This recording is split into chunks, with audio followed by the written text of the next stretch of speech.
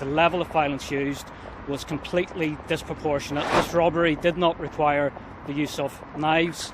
Nelson and Winnie are elderly and defenceless. The 18 stab wounds, completely disproportionate to what they gained from this. This is one of the most savage and senseless crimes I have ever had the experience of dealing with. On a quiet, winding country road in County Antrim, Northern Ireland, the darkness of a January night was almost total, a profound blackness that swallowed the light and muffled all sound.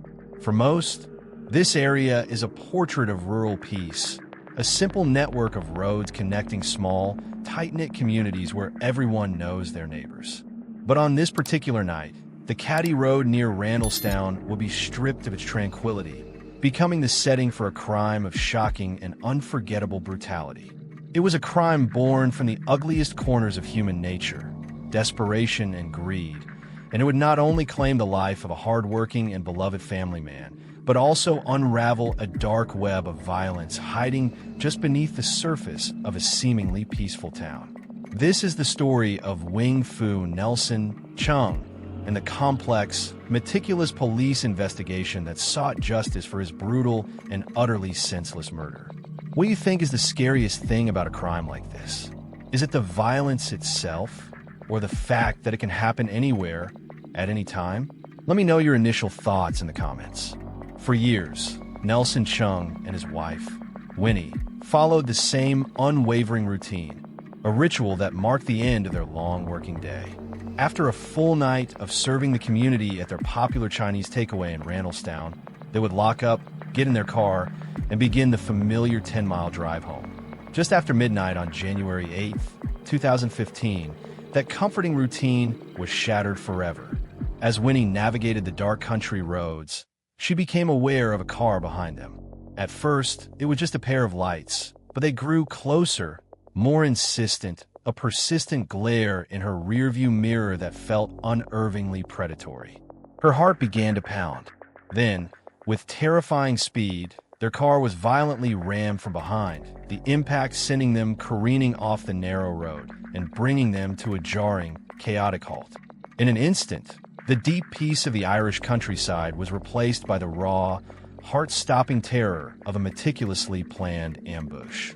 What happened in those next few frantic moments wouldn't just end a life.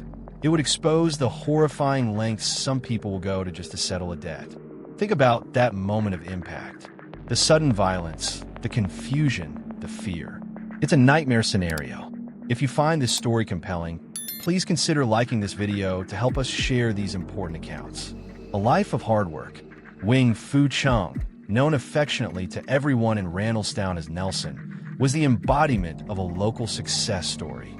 He was a 64-year-old businessman, and alongside his wife Winnie, he had run the double-value Chinese takeaway on the Dublin Road for many years. They weren't just business owners. They were popular and familiar figures in the small town, universally respected for their incredible work ethic and warm service. Having moved to Northern Ireland in 2003, they had spent over a decade building a life and a thriving business from the ground up, weaving themselves into the very fabric of the community. Their dedication was legendary. They were a constant, reassuring presence for the town. All that relentless hard work was about to finally pay off. The couple was just 2 months away from a well-deserved retirement. They had dreams of a new life, a peaceful future where they could finally rest and enjoy the fruits of their labor, with some talk of potentially moving to New Zealand to be closer to family. Nelson was a devoted husband of over 30 years and a loving father of 4, and he was eagerly looking forward to meeting grandchildren he would tragically never know. By all accounts, he was a kind, gentle man who had more than earned a long and peaceful retirement. But he would never see a single day of it. Instead, his life would end in unimaginable violence on that cold, dark roadside, just a few short miles from the safety and comfort of the home he shared with his wife. So many communities are built on the hard work of people like Nelson and Winnie Cheung. Do you have a local family-run business in your town that everyone loves? Share a story about them in the comments below. Let's celebrate these community pillars. The attack on Caddy Road. The ambush on Caddy Road was ruthlessly efficient and horrifically violent. After forcing the Cheung's car into a ditch, the attackers swarmed the vehicle before Winnie or Nelson could even process what was happening. This was no random act of road rage. It was a planned and targeted robbery. Winnie, who was in the driver's seat, was dragged from the car by her hair, her head hitting the frame of the vehicle. The assailants were screaming, their voices filled with a desperate, menacing urgency, demanding money.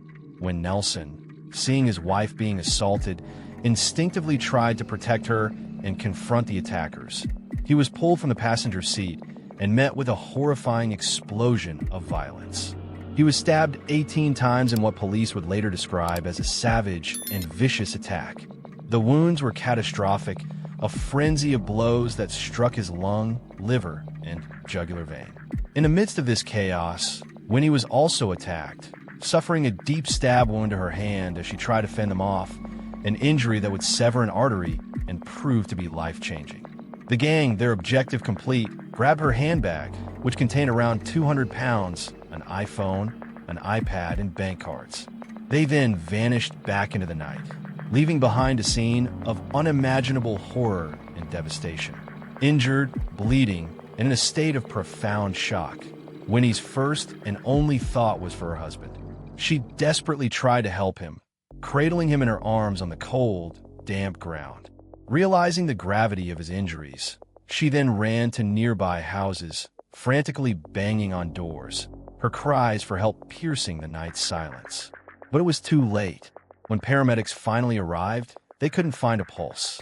Nelson Cheung was pronounced dead at the scene, his life stolen for the meager contents of a handbag. The level of violence was so extreme for a robbery that netted so little. What does this tell you about the mindset of the attackers? Hit the share button if you think more people need to hear this story and understand the real-world consequences of violent crime. The investigation begins.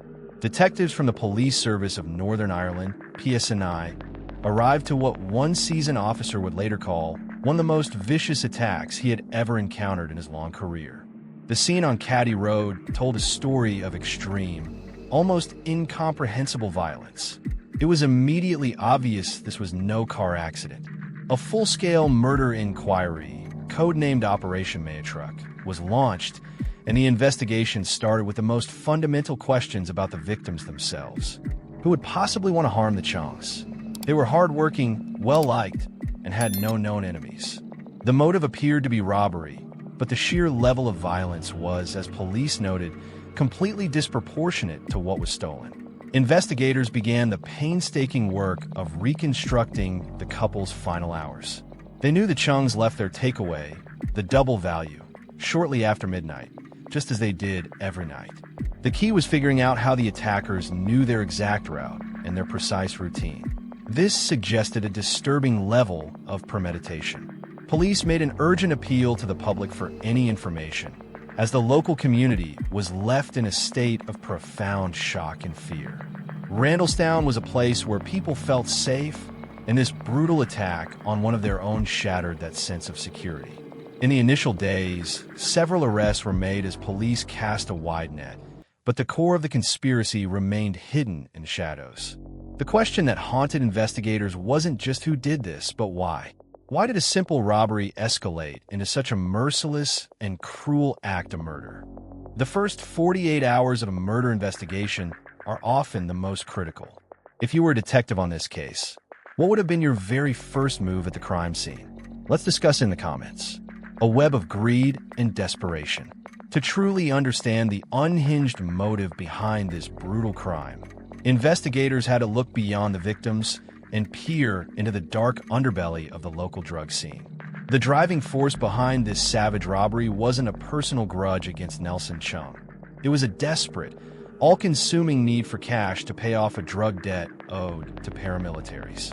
The killers were later described in court by the judge as drug-addled, parasitic assailants who saw Nelson as an easy and vulnerable target. They operated under the cruel logic that a cash-based takeaway owner at the end of a busy night would be carrying a substantial amount of money. This was not a spontaneous act. The gang had meticulously planned the attack in advance, even performing a dry run the night before to stake out the couple's route and pinpoint the perfect, isolated spot for their ambush. Their plan was as simple as it was vicious. Follow the Cheung's car, run them off the road in a quiet area where there would be no witnesses, and rob them.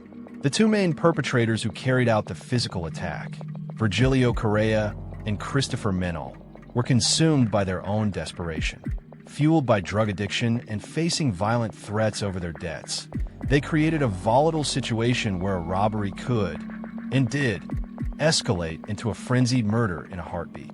As the judge at their sentencing later said directly to Correa, "Your decision to take a knife with you had a catastrophic effect and led to an orgy of violence."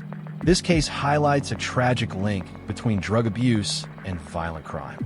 It's a cycle of debt and desperation that often ensnares innocent people. Subscribe to the channel if you want to see more deep dives that explore not just the crime, but the complex issues behind it. The digital trail. While the attackers thought they had left no witnesses on that deserted country road, they had made a series of critical mistakes in the digital world. The major breakthrough for the investigation came from a single, incredibly foolish act of greed. Less than an hour after Nelson Cheung lay dying on the roadside, one of the stolen credit cards was used to try and purchase a hot tub from eBay. This online transaction attempt was an unexpected gift to the PSNI for an investigation that was facing the difficult task of solving a murder with few initial leads. This digital breadcrumb was pure gold. The inquiry into the attempted purchase led them directly to the home of a couple named Gary and Lisa Thompson. This crucial link was the thread that allowed detectives to begin untangling the entire web, connecting the four individuals involved in the horrific crime. From that point forward, the case came together piece by painstaking piece. Investigators recovered CCTV footage that showed Correa's car lurking near the takeaway and later, chillingly, following the Cheung's vehicle on their final journey. When Correa's car was eventually seized, forensic analysis found traces of Nelson's blood inside, providing irrefutable physical evidence. The suspects' mobile phones were seized and analyzed, revealing their communications and movements, which helped to cement the timeline of the conspiracy. In another bizarre and stunning blunder, while Gary and Lisa Thompson were in custody, they were filmed on CCTV talking to each other between their adjacent cells. Despite clear and visible warnings that audio and video were being recorded, they openly discussed the crime and mentioned the other men involved, sealing their connection to the plot and handing the prosecution a confession on a silver platter. The overwhelming weight of digital, forensic, and self-inflicted evidence left the gang with absolutely nowhere left to hide. The hot tub purchase is one of the most foolish criminal mistakes imaginable. What is the dumbest move you've ever heard a criminal make? Share the story in the comments section. Let's hear them. Justice for Nelson. In June 2017, four people stood in the dock at Belfast Crown Court to be sentenced for their roles in the brutal and senseless attack. Virgilio Correa, then 35, and Christopher Menal, then 28, had pleaded guilty to the murder of Nelson Cheung. Correa, who wielded the knife, was sentenced to a minimum of 16 years in prison. Menal, his accomplice, was given a minimum of 9 years.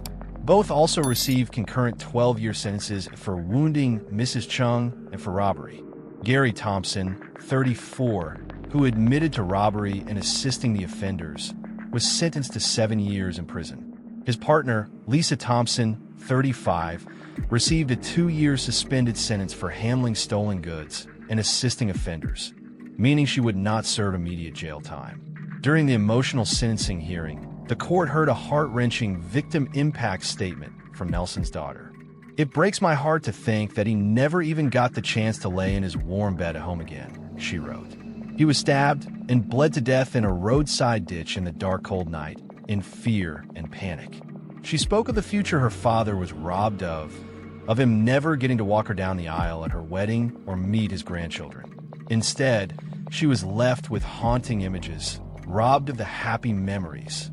"I have instead, forever in my mind, images of my father's lifeless body lying on the cold autopsy table and in his coffin. The judge, Mr. Justice Tracy, condemned the killer's actions with blistering words, stating, "The lives of two honest, hard-working people were totally destroyed by the actions of drug-addled, parasitic assailants." The sentences handed down were life, but with minimum terms before parole. Do you believe these sentences represent true justice for the Cheung family? This is a really tough question, but I'm interested to read your thoughts. The murder of Nelson Cheung left a deep and permanent scar on his family and the Randallstown community that had loved him.